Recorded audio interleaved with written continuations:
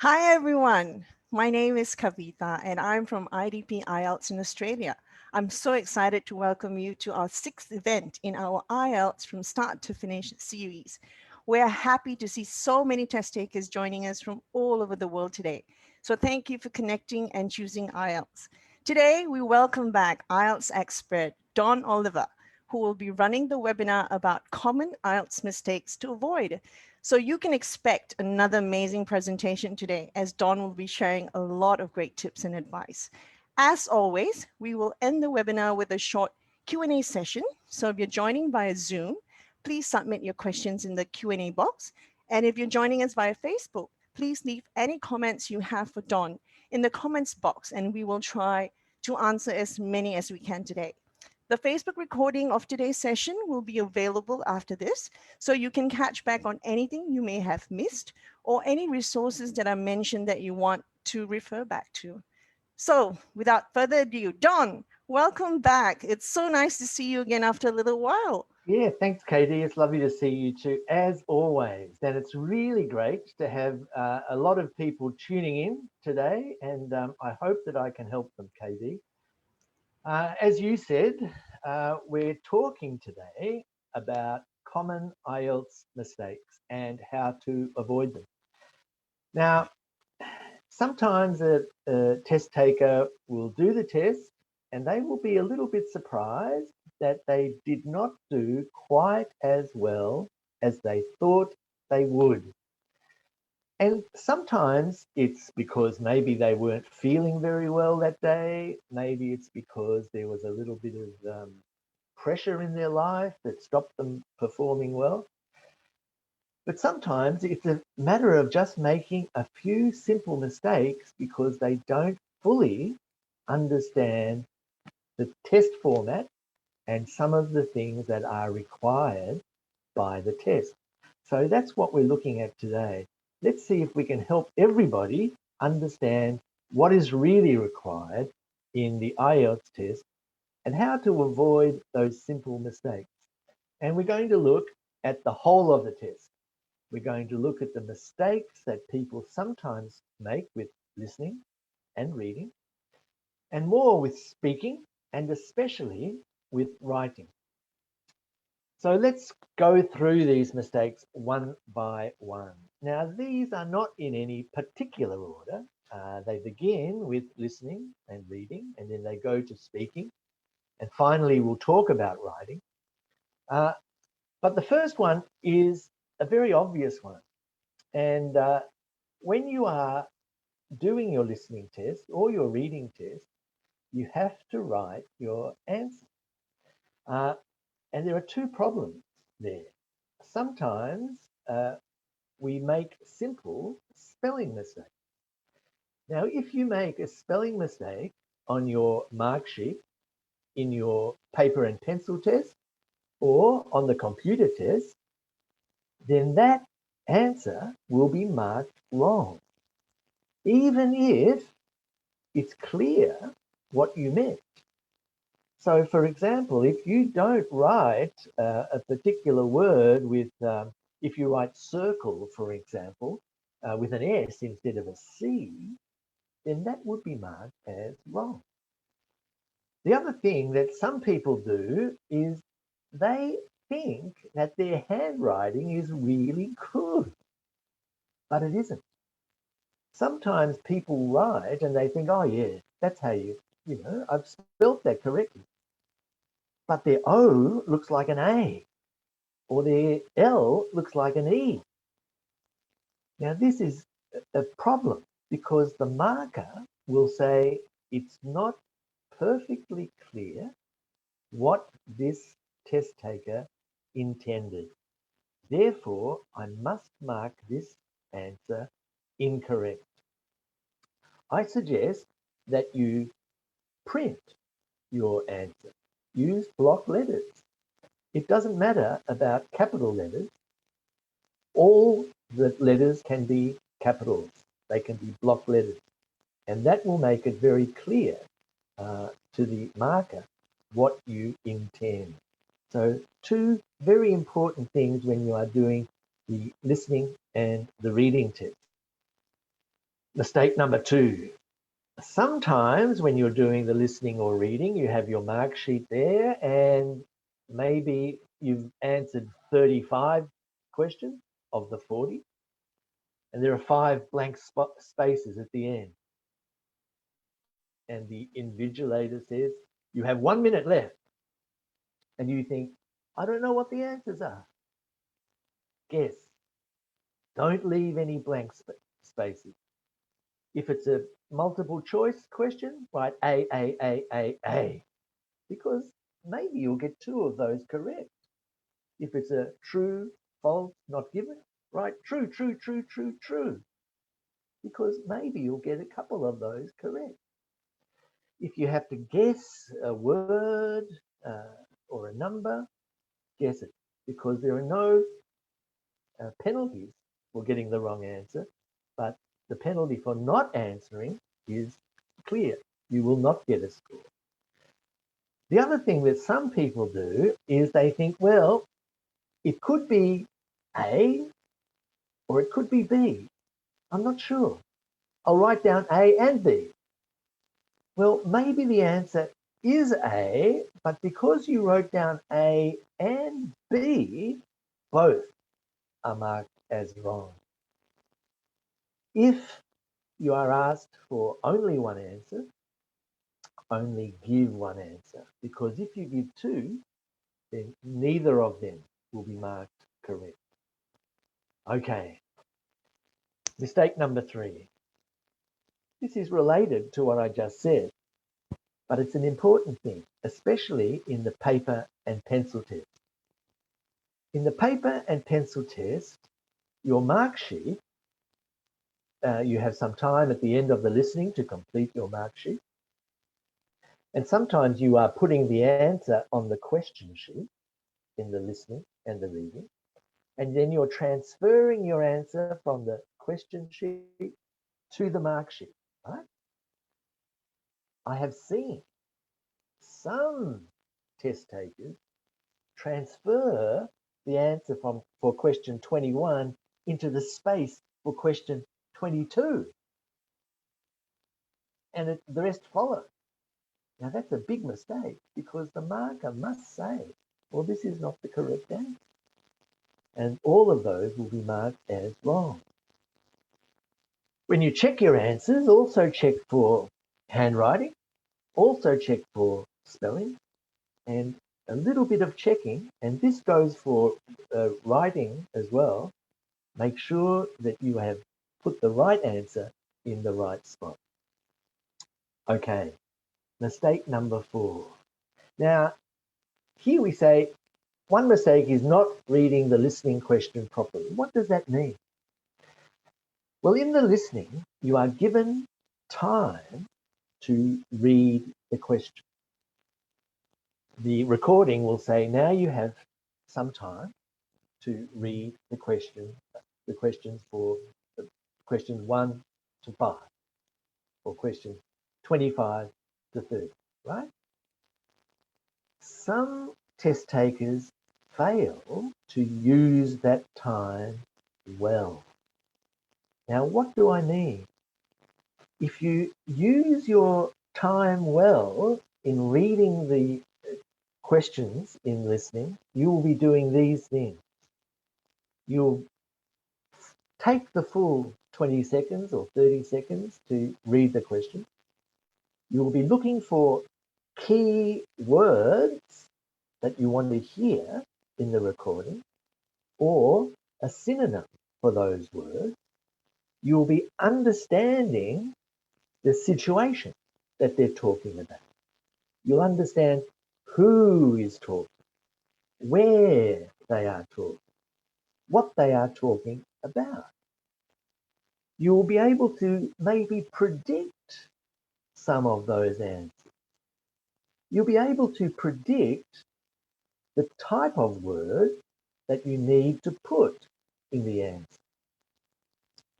You'll be able to think of 2 questions at the same time, because remember, in the listening test, you only hear the recording once. So if you miss that first question, you've got to be ready to answer the next question. So having a couple of questions in your mind at the same time is a good strategy. If you miss one of them, you'll get to the next one. So that is what I mean by reading the listening questions properly. And sometimes they will say answer in no more than one word, or answer in no more than two words. So you know that you cannot write two words if they want only one word, or three words if the question asks for only two words. That is reading the listening questions properly. The similar thing is for the reading, but there are a few differences. You have plenty of time to read the reading question because it's up to you when you start reading the text. But I would always recommend that you read the questions before you look at the text. Quickly, look at the questions because the questions will sum up in some ways what the passage is about. And as with the listening, you should be able to find some key words in the question. What do they want to know about? Oh, they want to know about um, this country. They want to know about this disease or that machine. You should be able to predict some of the answers. You should be able to predict the type of word that you need to supply. You will also know how many words you are allowed to write because it will say answer in only one word or answer in up to two words, for example. And the other thing is with the answers that you write down for the reading, the word that you will write down is in the passage. So you should have no excuse for misspelling the word. They will say, complete this with a word from the passage. Not always, but in some questions, they will ask you to do that. So reading the question properly in the reading test is an important skill. Okay. Mistake number 6. Sometimes in the reading, people will try and read every word. They won't look at the questions first. They will start to read the passage and they will read every word. Now, each passage in the academic reading is about 900 words. That's about 2,500 words in total. You don't have time to read all those words, unless, of course, you are a very, very good reader. If you're a native speaker, you might do this because you can read quickly. But if English is your second language, then you need to try and read as efficiently as you can. That means to read as quickly as you can with comprehension. So don't try and read every single word. Practice skimming. And when you practice skimming, this is something you do in your own language. When you look at the newspaper, you don't read every word on the front page, do you? You find something that's interesting, not by reading every word, but by finding one or two words in it that look interesting. That is skimming. And then you'll be practicing scanning because you've looked at the questions and you've found some key words and you'll be looking for those key words. Sometimes you do need to read every word, but not always. If, for example, the question is quite hard, like true, false, and not given, and if the answer is not given, and you can't see if it's true or false, you need to read every word then. But that's only sometimes, and it's not most of the time. We've had 6 mistakes so far, and we have 13 to go. Now, sounds like a very obvious thing. In speaking, people are not pronouncing their words correctly. Well, Okay, everybody knows that. It's hard to pronounce uh, a foreign language correctly. But you would be surprised that very many people whose first language is not English and whose first language does not have some English sounds in it seem not to practice those sounds.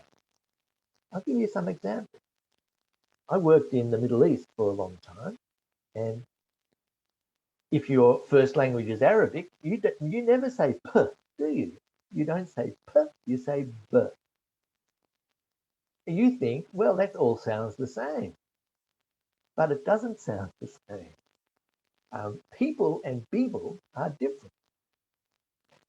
Now, this is an important thing if your first language is Arabic, and it's something that you can practice. You can learn how to make that p sound. If, for example, your first language is Korean, it's hard to say a word like lunch because you always want to put a, a vowel at the end. You want to say lunchy, right? Because your language doesn't have what we call a consonant cluster at the end. You can practice it.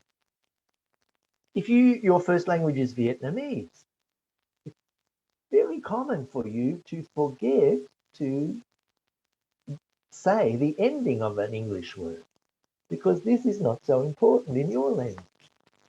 So if you're trying to say happened and you say happened, then the examiner will think, well, that's a mistake in tense. You used the present tense instead of the past, but it was a pronunciation. So this is an important thing. Think about the problems that you have with pronunciation and practice. Because if you practice them, you will perfect English pronunciation. You will be able to pronounce all the sounds of English. Okay, so do that.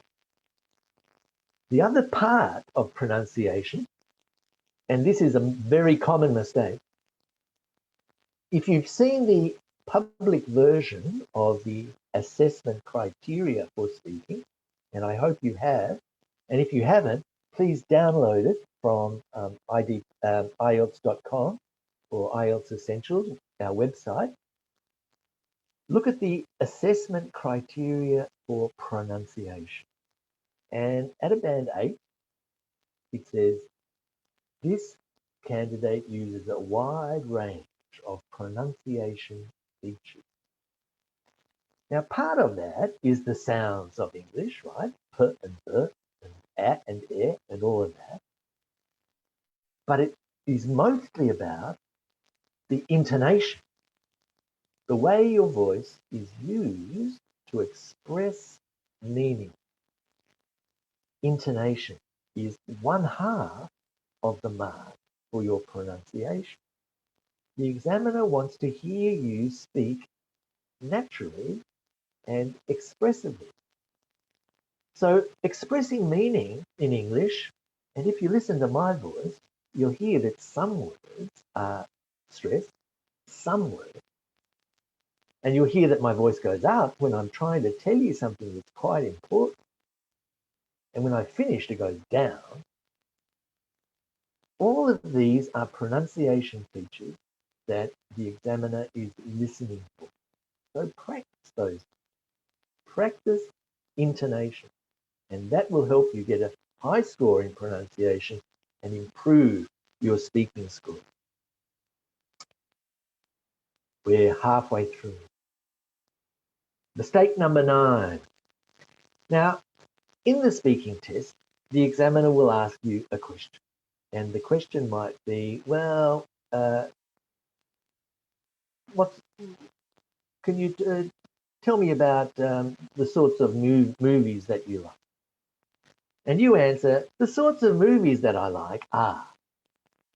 Now, if you continue to do this, to simply take the words that the examiner gives you and use them, You can do that sometimes, but if that's what you're doing all the time, then the examiner will think, well, this person does not have a very wide range of words. So practice using some different words. What sort of movies do you like? Well, I love lots of types of movies. That's a better answer. Or, well, my favorite movie is.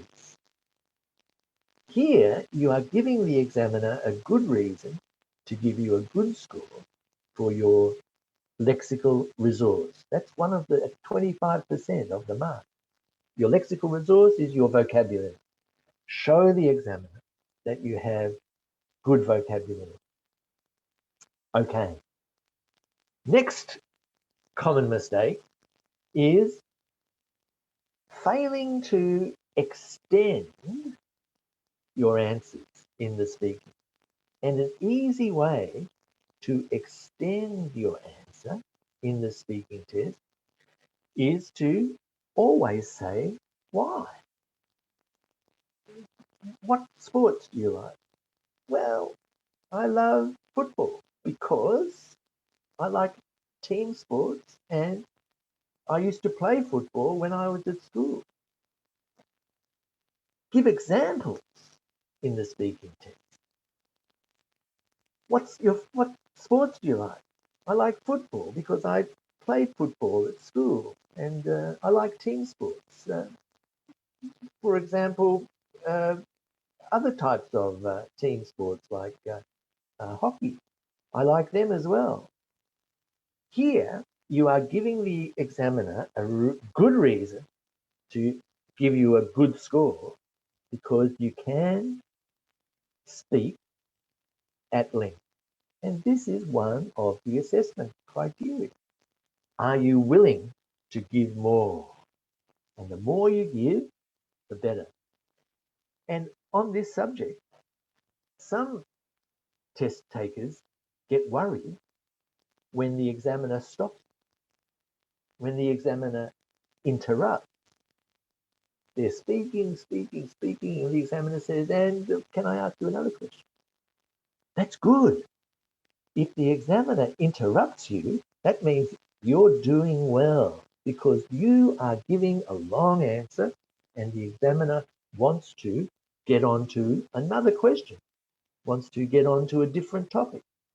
So don't be worried about that. It's not being rude, it's actually a compliment to you if the examiner interrupts. Okay, this is a mistake that some people make, and it's such an obvious mistake. You don't want to do this. You're talking and you can't think of a word, right?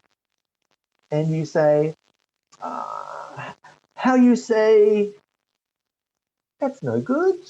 That's bad English. Practice making a question like that in perfect English. Uh, I'm not sure how I should describe this thing, but, or if you're asking the examiner to repeat something, don't say again. No, no, no. Say, I'm sorry, I didn't catch that. Would you say that again, please? This is good.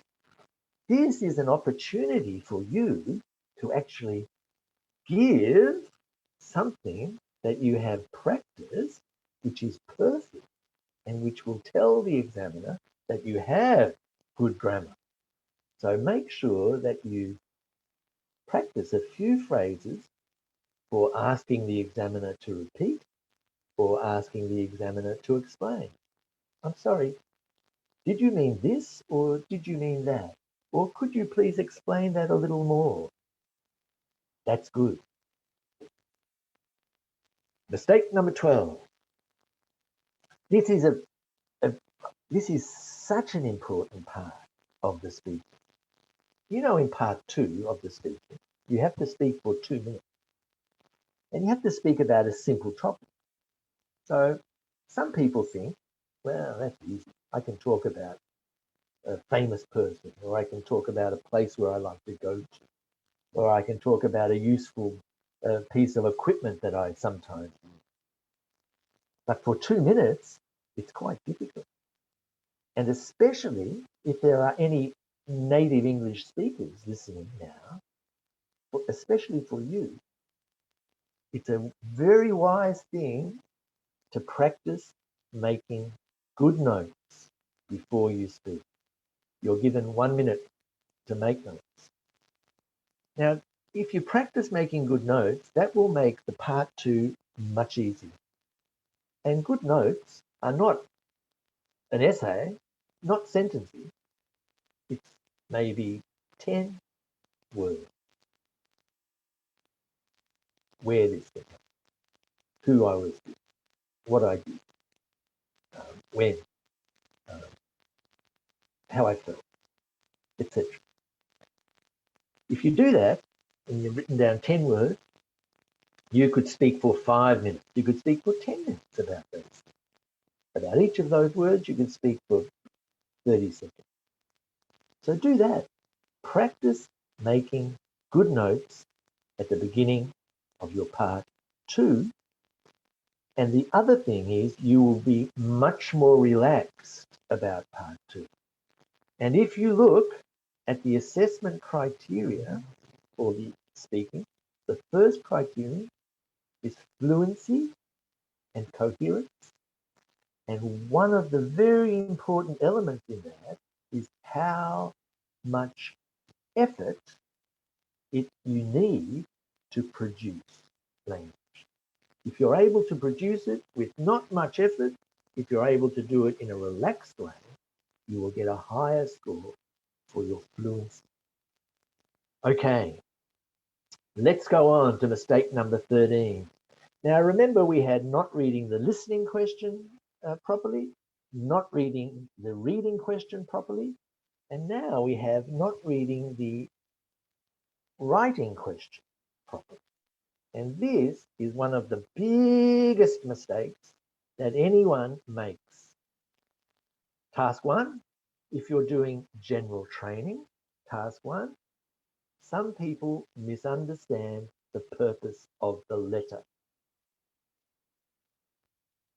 This is a very important thing. You need to understand why you are writing this letter in general training, task one.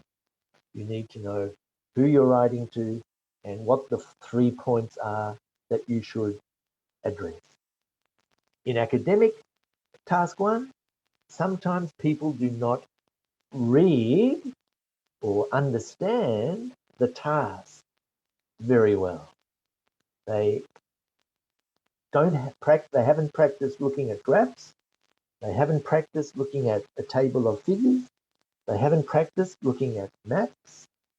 These are all task one tasks. Do that and make sure you spend at least 2 or 3 minutes understanding what the task is in writing. In task two, there are sometimes an easy question. To what extent do you agree? That's easy. Sometimes there is a difficult question. What are the reasons for this? And do the advantages outweigh the disadvantages? That's a more difficult question. Discuss both views and give your own opinion. That's a difficult question. Spend a couple of minutes understanding the question so that you are able to fully answer. That's what you have to do in the writing. And many people forget to do that. Let's continue. Mistake number 14. In writing, the second assessment criterion is coherence and cohesion. It's 25% of the mark. What does it mean? It means that what you have written is well organized. It means it is logically organized. It means it begins with an introduction, it continues with a topic, addressing a topic in one paragraph, going on to another element of that topic or a different topic in the next paragraph, finally concluding. When we do this, we have to use paragraphs to help the reader, to show the reader that yes, our introduction has finished. And now I'm going to talk about this. And next I'm going to talk about that topic. And finally, I am going to sum up what I've said. Paragraphs are an important part of writing because without them, the reader will be a little bit confused. So paragraphs are not difficult, really. When you think, okay, I finished that thought, now I'm going to have another thought, start a new paragraph. And remember, paragraphs are important in general training, letters, task 1, also important in academic, task 1, and also in task 2 for both general training and academic. So whenever you write in paragraphs. And by the way, while we're talking about this, make sure they are full paragraphs. In other words, don't put dot points in there. Don't put numbered lists in there.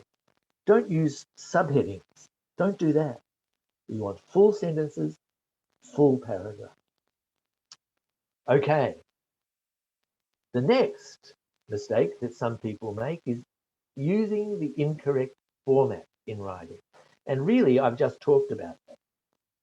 Format is different to what I was talking about in terms of paragraphing. Format is those things I just mentioned about bullet points, numbered lists, subheadings. You must use full sentences and full paragraphs when you write an IELTS essay. And I know in some disciplines at university, using bullet points is okay. Using numbered lists is okay. Using subheadings is okay. In some disciplines, but not all. Make sure, though, that in the IELTS writing, it's always full sentences and full paragraphs.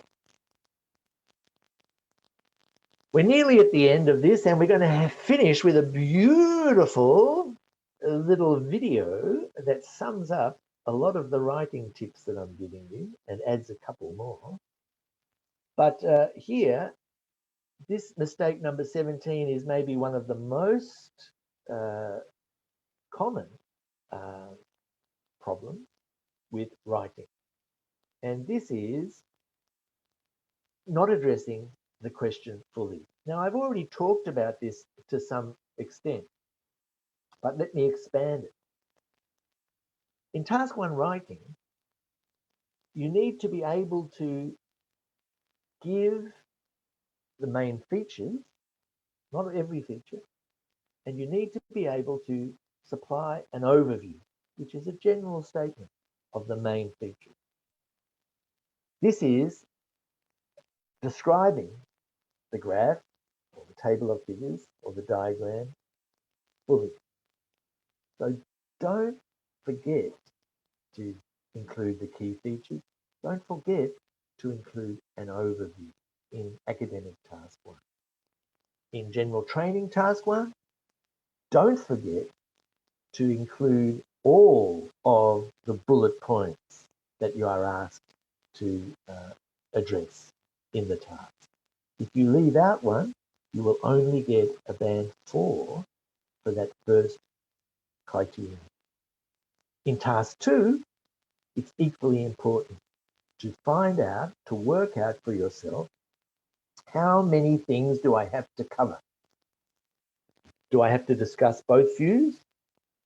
Or can I just discuss one view? Do I have to give one solution? Or do I have to give several solutions? Do I have to agree or disagree? Do I have to simply discuss? Do I have to weigh the two possibilities and see if one is more important than the other? or if there are more advantages than disadvantages, you must read the question very carefully in order to address the question fully. Mistake number 18, presenting an unclear position. Now, this is something that happens a lot in task 2 writing. In task 2 writing, one of the assessment criteria is that a position is presented, that is clear.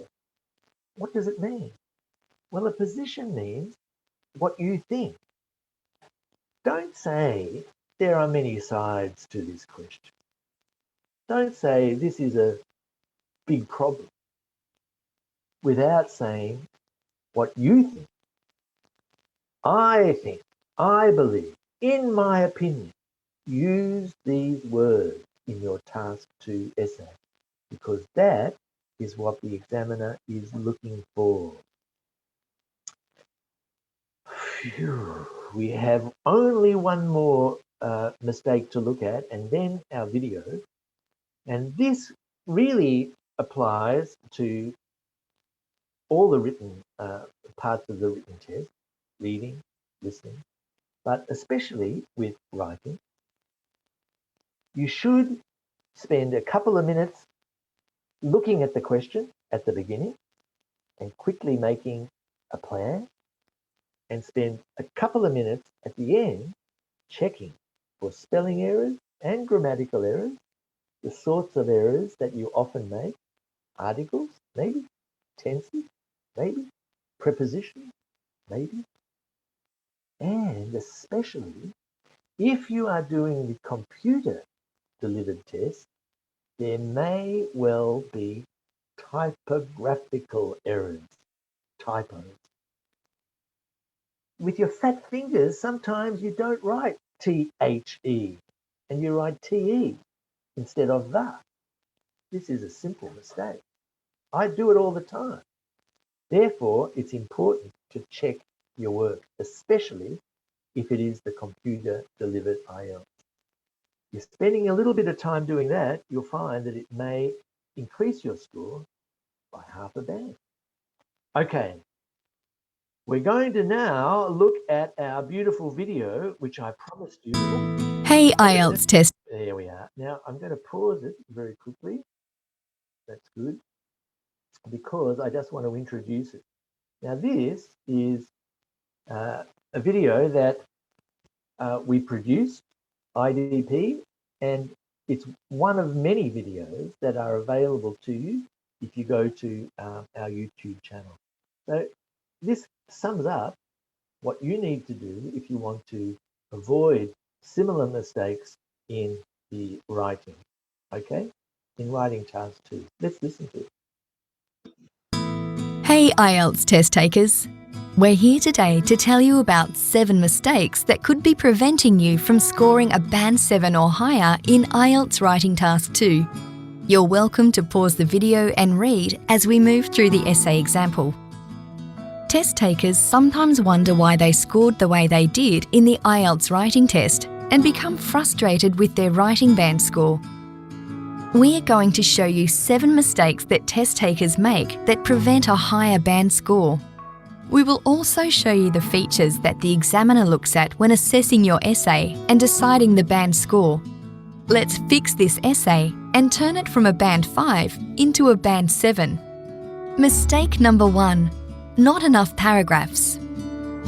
This is a very easy mistake to make, but it's very costly. Look at what the band descriptors say. In this essay, there are only 2 paragraphs, one very long one with a number of ideas, and a 1-sentence concluding paragraph. Solution: fix paragraphing and make the 1-sentence paragraph into 2 sentences. Mistake number 2. Incorrect format.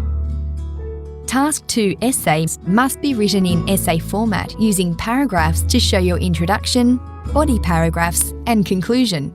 This is an easy mistake to make if you are rushing. Look at what the band descriptors say. Solution: remove the numbers. Mistake number 3. Partially addressing the question. Take time to read the question carefully and decide how many parts are in the question. For this 3-part question, you need to discuss both views and give your own opinion. This is a 3-part question, but they only agreed that wild animals should not be in zoos. They did not give you any reason why animals should be kept in zoos. They only addressed 2 parts of the question, and their opinion is not very clear or supported. Solution: include the other viewpoint. There are good reasons for having zoos, and make your opinion clearer. Mistake number 4, presenting an unclear position. According to the band descriptors for task response, the writer of this task would have received a band 4. To receive a better mark, you need to decide on your position and maintain it throughout the response. Solution: make sure that the examiner knows what you are thinking. Mistake 5, spelling errors and typos. Have a look at the band 5, 6 and 7 criteria for lexical resource. The writer of this task would have scored between a band 5 and a band 6. To have improved their score, they needed to spell correctly. Remember that a typo is a spelling error. Remember, computer-delivered IELTS does not have a spell check function. Before your IELTS, you should practice commonly misspelled words. For example, solution: correct your spelling and typos. Mistake 6, using inappropriate memorised language, phrases and clichés. When they're marking your writing task, the examiner is looking for memorised language, so don't use it. Memorised language is easy to identify, so use your own words and avoid overused phrases like these. Solution: remove memorised language and use your own words to express your ideas clearly. Mistake 7, using surveys and research to support your opinion. For our final step, you need to use real examples and evidence from your own life experience. Examiners cannot check if your research and survey examples are real. They do not support your response appropriately. Solution: remove the false research and include your own examples. With that final mistake fixed, let's take a look at our transformed Band 7 essay. Thanks for watching. We hope you have learned something about the IELTS writing task too. Avoid these 7 mistakes and you'll be on your way to a Band 7 result for writing task 2. Okay, so wasn't that interesting? And it really summed up a lot of the things that we were talking about earlier on. So what I'd like to finish with now, before we get to the questions, is to just remind you that you can find a lot of help from us at our website, official website. Go to our Facebook page. You can ask questions there and read the answers to questions that have already been asked. You can learn a few things on TikTok and all sorts of other things that I'm too old to really be into. So there is, I must actually remind you, there is another bonus YouTube webinar next week, and there'll be more information about that later on. Okay, so KD, we're ready for questions. What have you got for me? Yes, thank you, Don. First of all, just wanted to say, as always, another amazing presentation. So many amazing tips. So let's get to the questions now. We've got some around writing. So someone asked, should we type or write answers in capital letters? It's up to you. If your writing is clear, write as you like. If you find writing in capital letters is too slow, well, don't do it. But there is no penalty. If you write all of your writing in essays, in the writing test in capitals, fine. If you write your answers in the reading and the listening in capitals, fine, okay? Great, thanks for that. And does this also apply for cursive handwriting? You can write with running writing, cursive writing is not a problem, but make sure it is clear, okay? That's all. Oh, good. Thank you for that. Next question is about word limit. So someone asked, what if I exceed the word limit? Will I lose marks? In the writing test, those word limits, 150 words for task 1 and 250 words for task 2, are minimums. There is no maximum. You could write 300 words for task 1 and 500 words for task 2, but I recommend that you do not, because if you write so many words, then you can make many more mistakes and probably your essay will lose its focus and you won't have time to check your work. Now, some candidates do this. They think more is better. That's not true. Uh, I would recommend something like 170 words for task 1 and maybe 270 words for task 2. Brilliant. Thank you for that. Someone else asked, what should I take into consideration when aiming for a Band 7 score?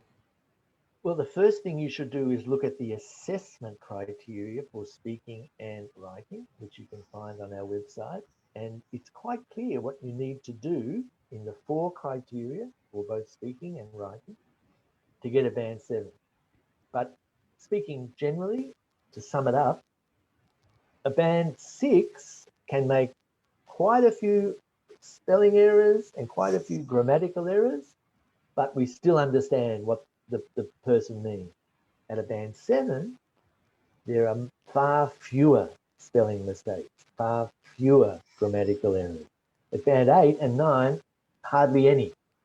So if you're making maybe 10 spelling mistakes in your writing, you won't get a Band 7 for lexical resource for that criteria.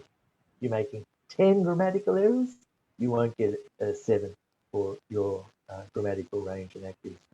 Okay. Good tip, Don. Another question from someone asking about the speaking test. What do I do if I don't know much about the topic? Yeah, first of all of the topics are already trialed with many people to find out if they are accessible. We will never ask a question about politics, never ask a question about religion. So those sorts of questions are out. But the sorts of things that an educated person talks about, like education or health or city planning or the environment, all of these things you are expected to be able to talk about. And remember, you don't have to be an expert.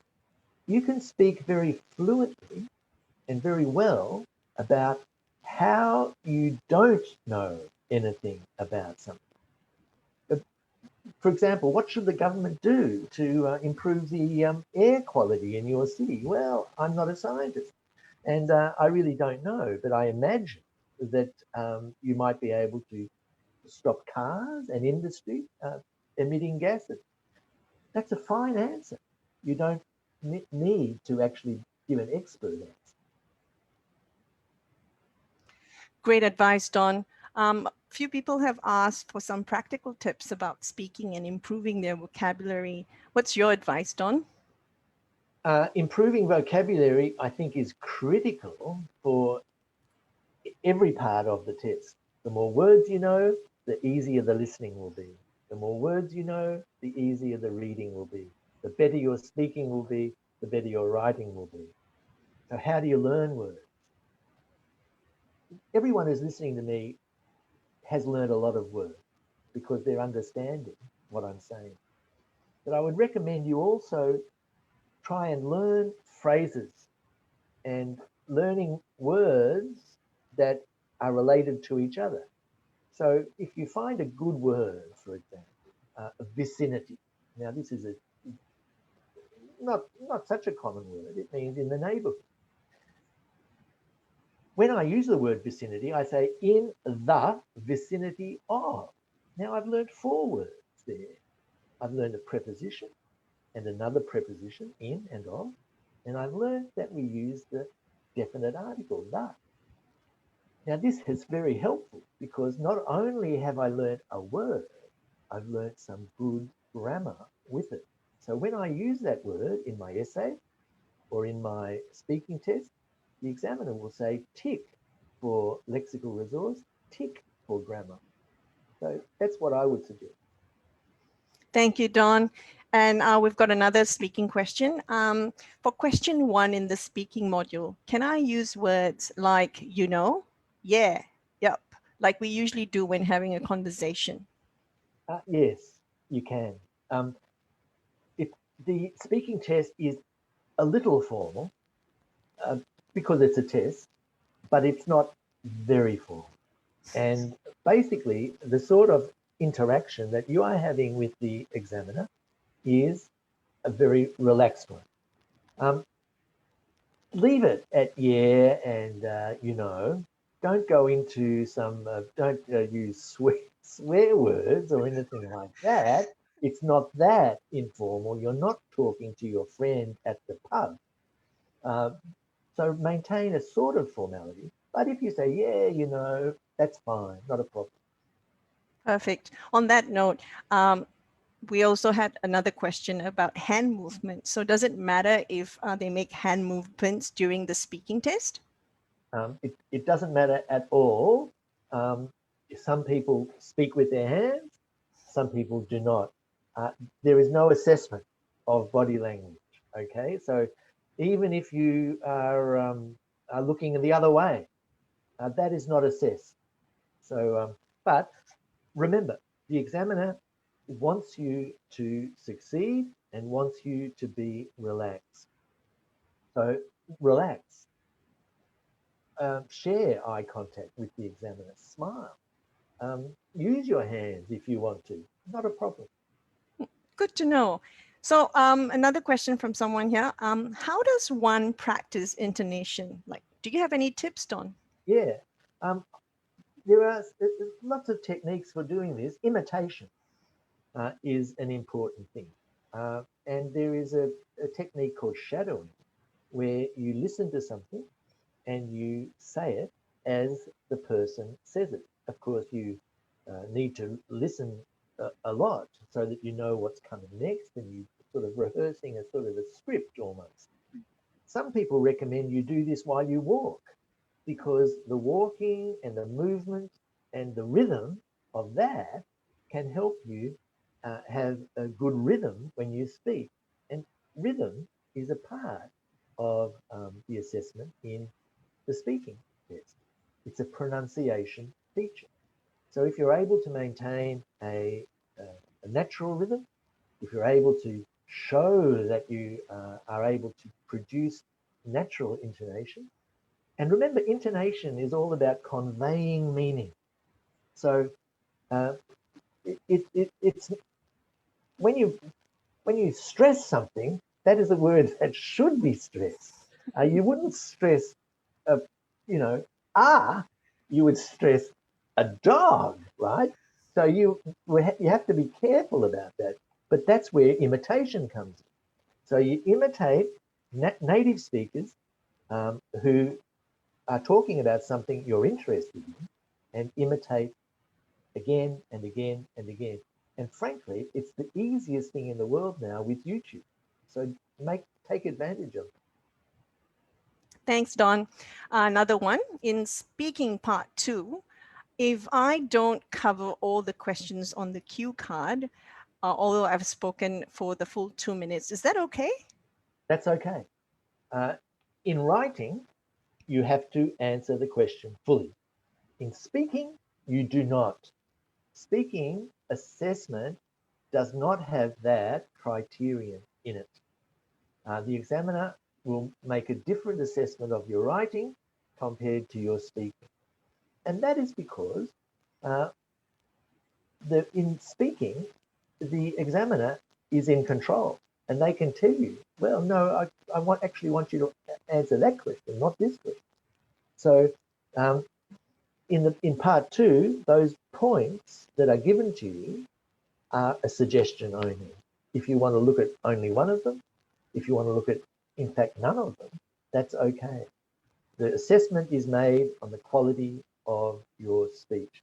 But finally, Katie, I would say if the task is please describe some equipment that you find useful, don't talk about dinosaurs because you love dinosaurs, because then the examiner will say, well, first of all, maybe they don't understand the word equipment, so their lexical resource is not good, or maybe they've rehearsed this, so I will just ignore them. Okay. Well, that brings me to the next question. Someone asked, can I use personal examples in my writing and speaking test? Yes, you should always. In the writing, you're asked to express a position and to support it with your evidence from your own experience. You are told that. So if you're talking about the effects of pollution, for example, you can say, where I live, the pollution is quite good, quite bad. For example, I have to boil the water. In speaking, using your own experience is fine, especially in part one, because that is the focus. What do you like to do? What do you wear? What food do you like, etc. In part three of the speaking though, the examiner will move you from the personal onto the general. So the examiner might ask a question like, well, you know, is the education, primary education in your country effective? And you will start by saying, well, my experience with primary education. The examiner will let you speak, but then the examiner will say, well, did most people have this experience in your country? In other words, the examiner wants you to then speak generally, and that is the focus of part three of the speaking. Okay. Yeah, cool. That's great. Another question from a test taker. How can I improve my academic vocabulary for writing task? Most of the newspapers and magazine articles are not ideal. So any suggestions, Don? Yeah, there are. The academic writing is not very academic. It's called academic writing, but really the assessment is in lexical resource is basically, are you able to use words naturally? Are you able to use less common words, not necessarily technical words? And are you able to use idiomatic language? Idiomatic language means really just combinations of words that are natural in a native speaker. Um, if you read academic papers, and I have read a lot of academic papers, you'll find the actual writing is very poor most of the time. It's not very clear. So don't use an academic paper as a model for an IELTS essay. A better model would be something like uh, an opinion piece in a newspaper, someone expressing an opinion in a news magazine. And if you really want good examples of those things, you could go to newspapers like The Guardian or to English language newspapers in your own country, or online, look at The Economist or New Scientist and things like that. That is perfectly good, um, perfectly good vocabulary for a writing task too. Thanks, Don. Someone wanted your opinion. I haven't taken the IELTS test yet. Is it better to try one first without any preparation to understand what I need to work on? It's expensive. I would suggest it's cheaper to actually look at a few practice tests from. I mean, you can buy a practice test book for about, I don't know, in Australia probably about $30, as opposed to $300 and something for the actual test. But KD, as you know, we have the progress check, Yes. which is a very useful uh, way of assessing whether you are ready to do the actual test. And that's much cheaper than the real test. And you can find details of that on KD. IELTS.com.au or IELTS Essentials. Very good. So we're running out of time, so I'll ask my last two questions. One comes from a test taker who wants to know, because a teacher told this test taker that they should use synonyms to avoid repetition, like realm for area, but it looks awkward to write rural realm. So what are your thoughts, Don? Yes. It goes back to what I said about learning vocabulary. If you learn one word like realm and you learn another word like rural, and you try and put them together, it doesn't work because no one ever puts those words together. But if you do learn the word rural and you learn it in a sentence, you might find that you can join that word to rural area or rural industry or rural lifestyle. So that is an important thing, learning words in combinations. The question that the idea you began with was that we should use synonyms. Well, that's true, but you should have more than one way of talking about a thing.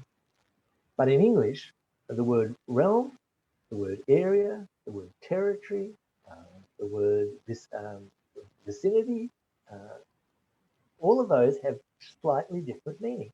And that's why you have to learn the adjective that goes with the noun, the adverb that goes with the adjective, the preposition which goes before the noun, if there is one, etc.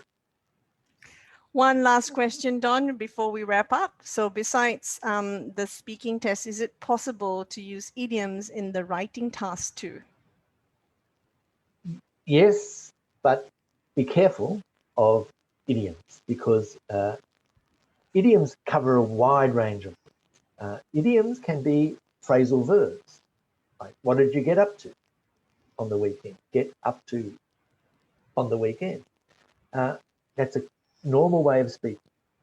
It is idiomatic, though, because we can combine those words to create a new meaning. There are other idioms like, there's not enough room to swing a cat here.